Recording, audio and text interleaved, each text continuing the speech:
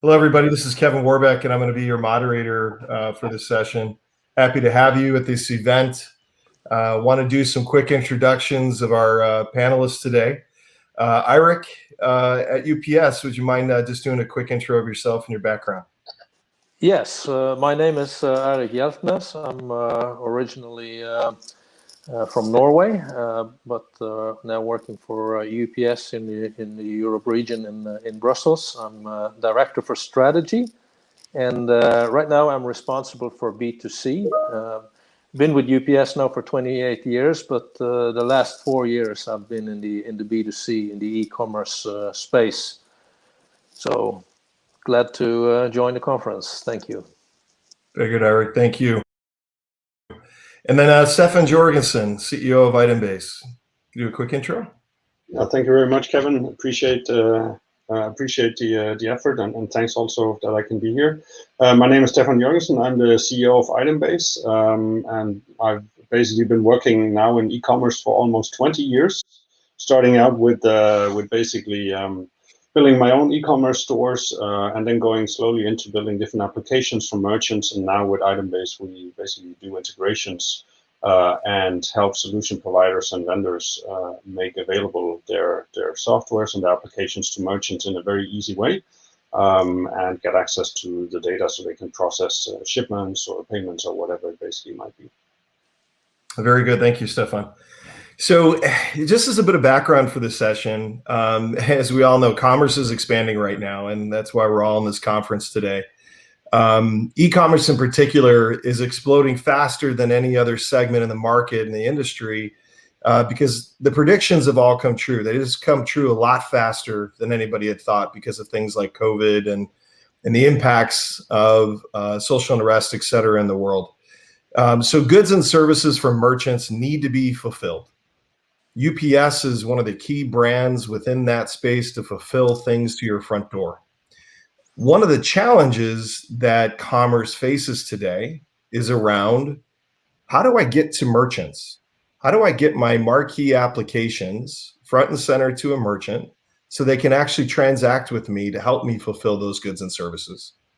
So in this session today, what we want to talk about in this panel is how are ways that merchants are finding application providers like UPS, and how can they simply, seamlessly, and without IT and development to APIs, how can they have a better, easier experience to get conversion, to get to the great applications that UPS can offer them to help them reduce their costs and ultimately, increase consumer transactions? So first, I thought we'd talk a little bit about the background in commerce. So Eirik, you would first mention that, Director of Strategy at UPS. Can you tell us a little bit about UPS's strategy as a whole, as to how you're approaching merchants, how you create, a great customer experience with those merchants of UPS so that they could get to scale and, ultimately fulfill the goods to the consumers that are purchasing from them? Yeah, sure. Yeah, thanks a lot. That's actually a good lead into the development that we've seen over the last couple of years. And first of all, I think everybody knows UPS probably more in the US than you do in Europe. But UPS had an ideal foundation for this huge e-commerce surge, right? We've been successful for many years. We had a global network. We had a great portfolio with day-definite offering. We had time-definite offering. Basically, a unified portfolio across Europe and even the globe. We also had centralized IT system that made it easy. Uh-oh. And looks like we lost sorry, can you hear me? Yeah, you're back now. Okay. Yeah. So what I wanted to basically give a little bit background is we have the foundations that we had with a global network, with a unified portfolio across geos in Europe, but even further, even a global service, as well as a centralized IT that made it easier for our customers to work with UPS, to integrate once and then have available access to the entire network. That has helped us with quite some growth in the last decades. But we were focused a lot on B2B, right? UPS was a classical B2B carrier. Then we saw what happened, I would say, in the last 5-10 years. But then, especially with COVID, we saw that surge of e-commerce, and at the same time, we were preparing for getting ready to be more competitive in that space. And if you compare the B2C area with B2B, I think there are quite some challenges, or quite some different challenges, where also UPS had to adapt a little bit and make sure we meet the specific e-commerce needs. And I think there are basically three areas that I think are important here. On the one side, customer or consignee experience, right? The need for consignees to have more choice, more convenience, and more controls, which led us to introduce a lot more notifications in the market, right? We learned from talking to customers. We did quite a few versions of the Pulse of the Online Shopper that actually told us, hey, 85% of consignees really want to know when the package is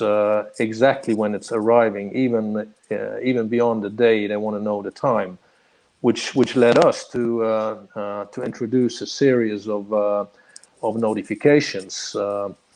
Starting off with your package is coming, on this date, your package is coming tomorrow. And then along the line of that package journey, we kept consignees informed all the way to providing a delivery window that gives an accurate estimate of when that package is coming. We also learned that consignees do want to have choice. It turns out that I think everybody had that experience. We're not home all the time. In the COVID situation, it changed a little bit, but normally, consignees are not at home during working hours. So the fact that we had to give them more choice in terms of either enabling them to change a date, delivering to the neighbor, or leave packages at a safe place, all these things were optimized within our portfolio. But I also think one area, one development that we've seen in the last couple of years is getting more and more important. That's the last mile delivery. And I think here one really important piece is the out of home delivery. Last study we did, actually, consignees in Europe, 83% of them actually expected, when they purchase something online, that they also have an out-of-home option. That can be an access point, a locker, and we have built that access point network in not only in Europe but globally. But in Europe, we started off building a network to now having more than 20,000 access points, and we're in the process of actually expanding that network to more than 40,000 by the end of next year. End of this year. It really shows how important that piece is. Consignees will be using it more and more, and we already see now, coming out of COVID, this trend is increasing. And then the third area that we also learned that consumers or shippers do need to have more options. Everything has to do with weekend delivery. We introduced the Saturday service here in Europe, but also the various options. We learned that, for instance, an economy service is something that is very important within the retail area, within the B2C area, which is also something. Looks like we might have lost him again. Here he comes back again. Coming back. Options on that area. There he is. Oh, sorry. Are we Yeah, you're back. losing again? Yeah. Yes, and also returns is an area that I think it's obviously very different from a B2C area from the B2B area. So I think there's quite some differences there as you see. So that just to add on a little bit to that, Eirik. So UPS provides these applications which merchants, consumers, get access to your services through these applications.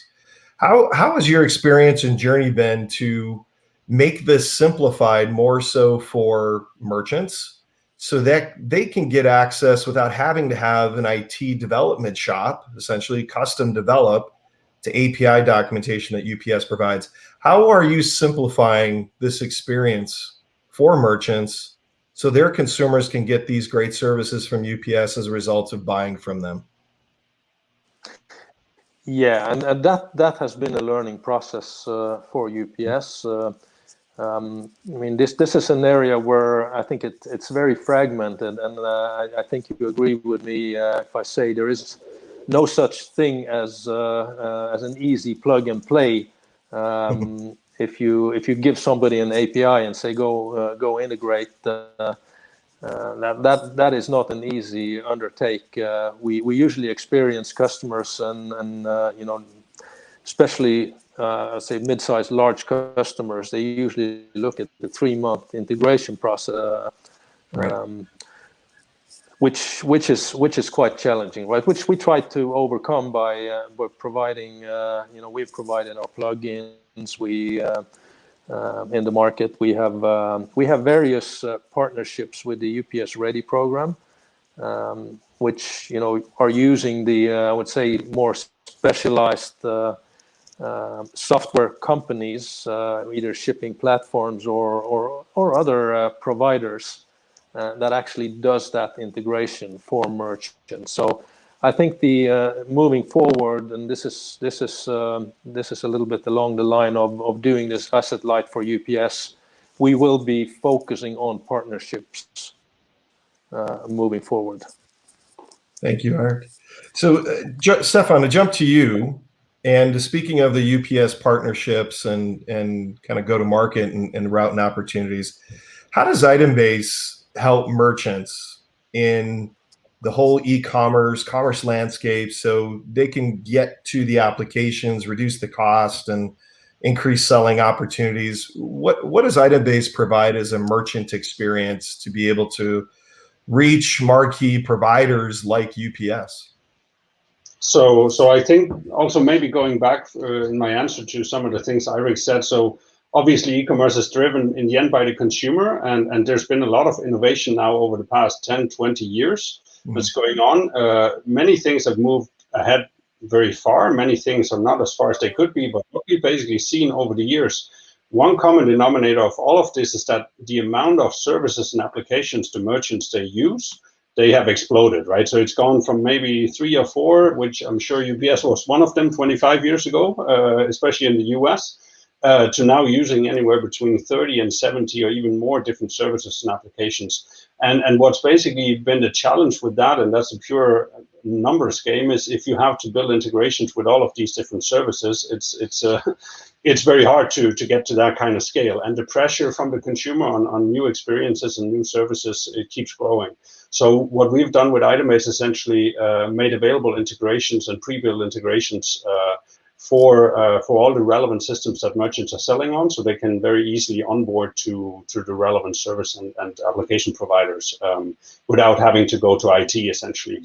Make it in the end more easy on both sides. In the end, nobody wants to do the integrations. Nobody wants to spend the 3 months of time. And what we're trying to do is basically take over the the hard job that nobody wants to do, and make sure that that becomes available and some kind of a standard for anybody that wants to go into that market.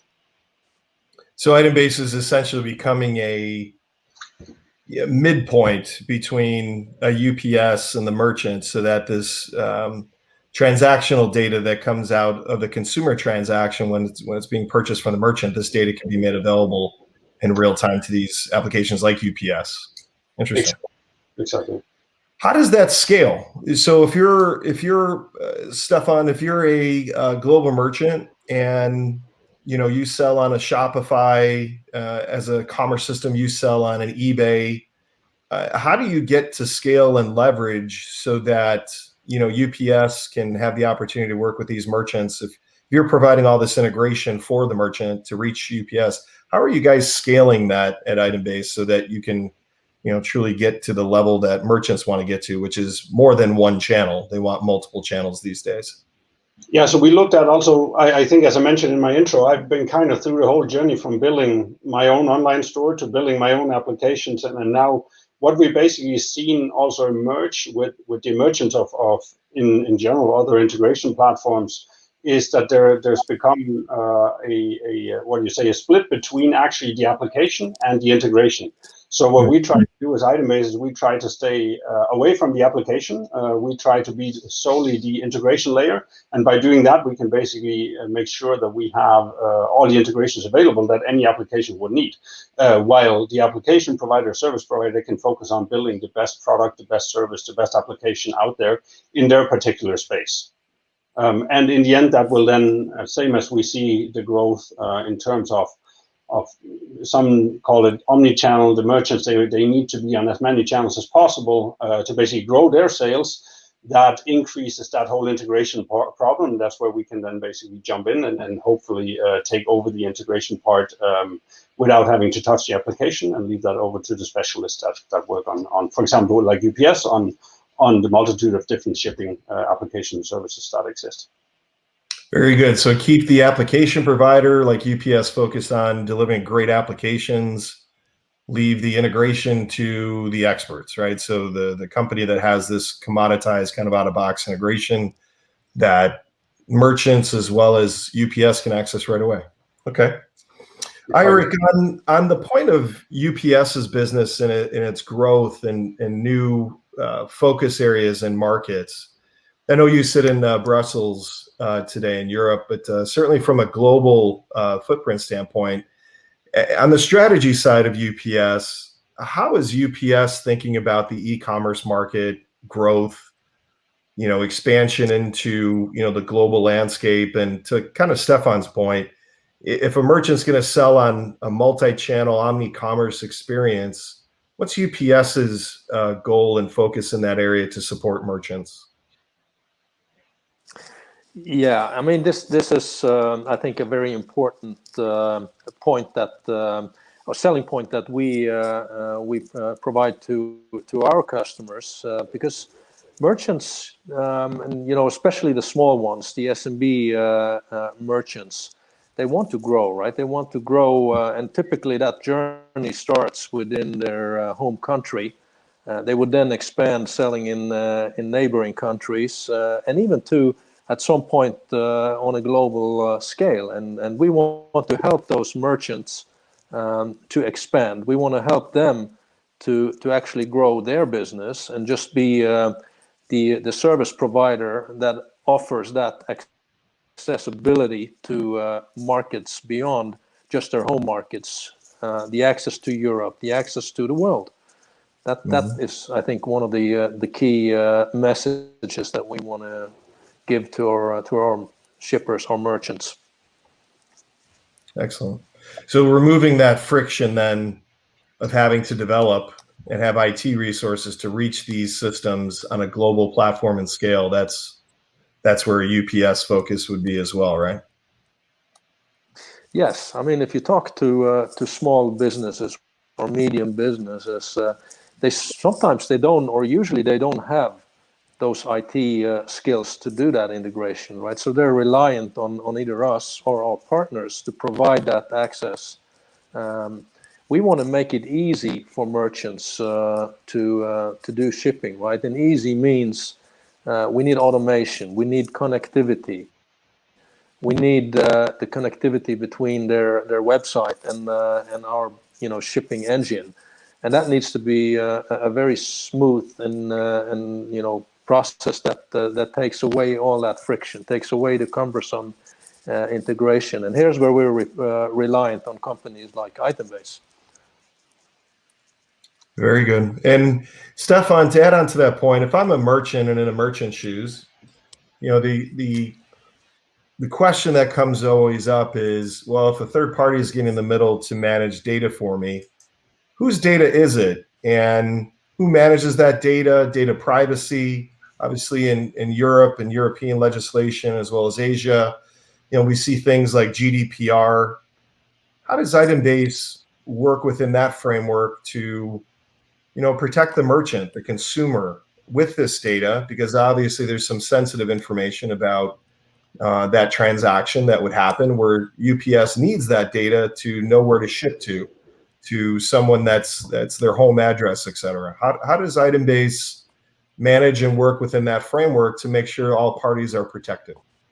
Yeah, so what we basically also there we've seen a what do you say, a transition in what has been happening over the last 10 to 20 years, and we've seen also big differences between Europe and the US, where US has been much more until now focused on basically data rights in terms of who can contractually secure the rights to the data.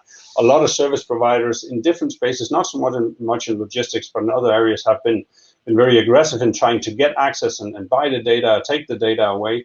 And what has really happened with especially with GDPR, but also with other legislations, is that it's going in the direction where it's not about owning the data anymore. It's about basically making sure that you, as the data owner, which in the end is the consumer and as a in between, entity, the merchant, is really giving them control of who has access to my data. So what we're trying to do, instead of being the aggregator, which many companies before have done and are trying to do, we are basically positioning ourselves, also given our European kind of history, as the access control to the data. So essentially, the merchant, or in the end the consumer, can take ultimate control over the data and make sure that he and the service provider or solution provider can take or can basically make sure that he complies with all the different regulations around the world. So it's a little bit of a mind shift that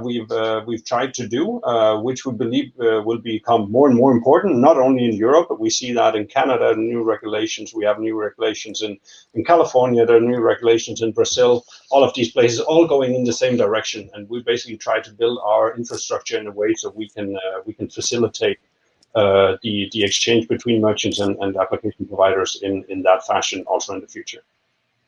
So Itembase doesn't take ownership of the data.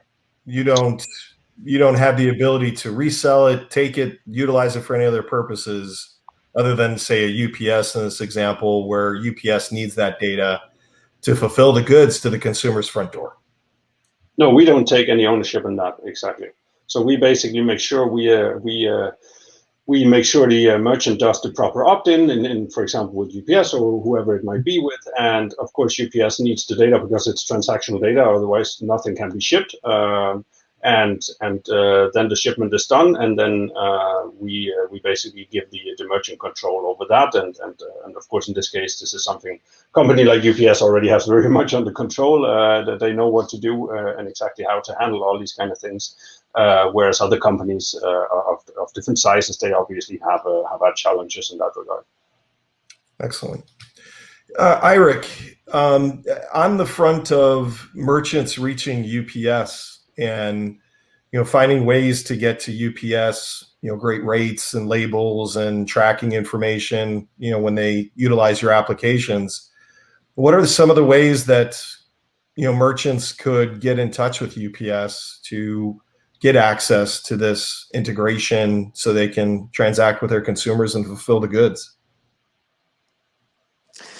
Yeah, I mean, we want to make it as easy as possible to ship with UPS, right? So anybody that that gets in contact with us, whether it's through the website or through a sales resource, we want to help that merchants to, as easy as possible, make shipping a great experience. And we know there's there are hundreds of platforms out there, right? So we need to find the right way to make sure we have the connectivity. And here, if we have partners, ready partners like Itembase that are able to basically fulfill all these needs for connectivity, then it makes it easy for us to talk to our shippers and make shipping, a simple and great experience. Excellent. And Stefan, as a follow-up question to you on that, so Itembase talks about integration and having integration to the Shopify's, Magentos, BigCommerce, Amazons, eBays, et cetera, of the world, POS systems, et cetera. Tell us a little bit about the expansiveness, the global nature of Itembase's business. How can you help a merchant, get to UPS anywhere across the world? What's your scalability like? Yeah, so essentially what we've done by breaking up the application, which we don't do from the connectivity, is that we've been able to basically build a network of connectors and integrations that can be customized from multiple standpoints, whatever kind of integrations you want to do and what applications you want to make available, also how you want to position it. Let's say you want to list yourself on the Shopify App Store or whatever it is. But we've really been able to then go broad and make sure that we have integrations with hundreds of systems across the world. So whenever a company, they want to go and let's say they want to launch their application in Spain, they don't have to go around and do the Excel research and figure out who are the relevant ones and stuff like that. They can go out and launch with essentially a whole market. And then as new systems come up, which we also see, and that is also happening quite a lot, especially with now the whole trend after COVID, and also already before that, new marketplaces coming up in different verticals all the time. We make sure that we basically have onboarding capabilities. So we onboard as required in the end by the merchant towards the application or the service provider. So Itembase provides the integration to hundreds of these systems where UPS can help them fulfill the goods.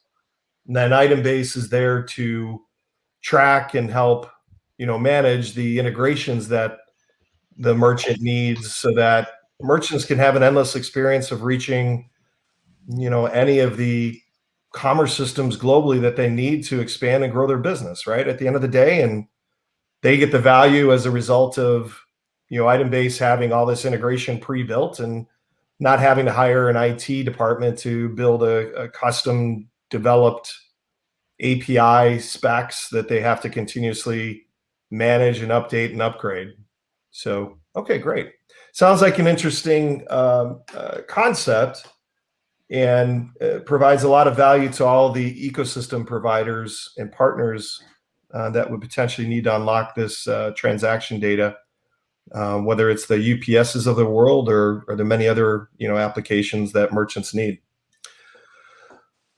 With that, I'd like to just offer it up for closing comments here. I know we're at time for our session. Eirik, any last comments, thoughts that you'd like to provide to our audience here today?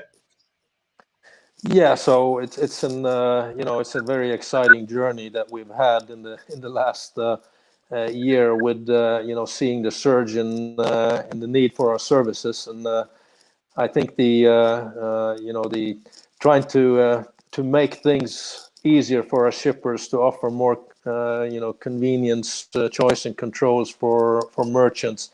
That journey is something that I think is just going to accelerate, and I'm very glad that we have companies like Itembase out there that can help and join with that journey. Thanks a lot, everybody. Very good, thank you, Eirik. And Stefan, I'll kick it over to you.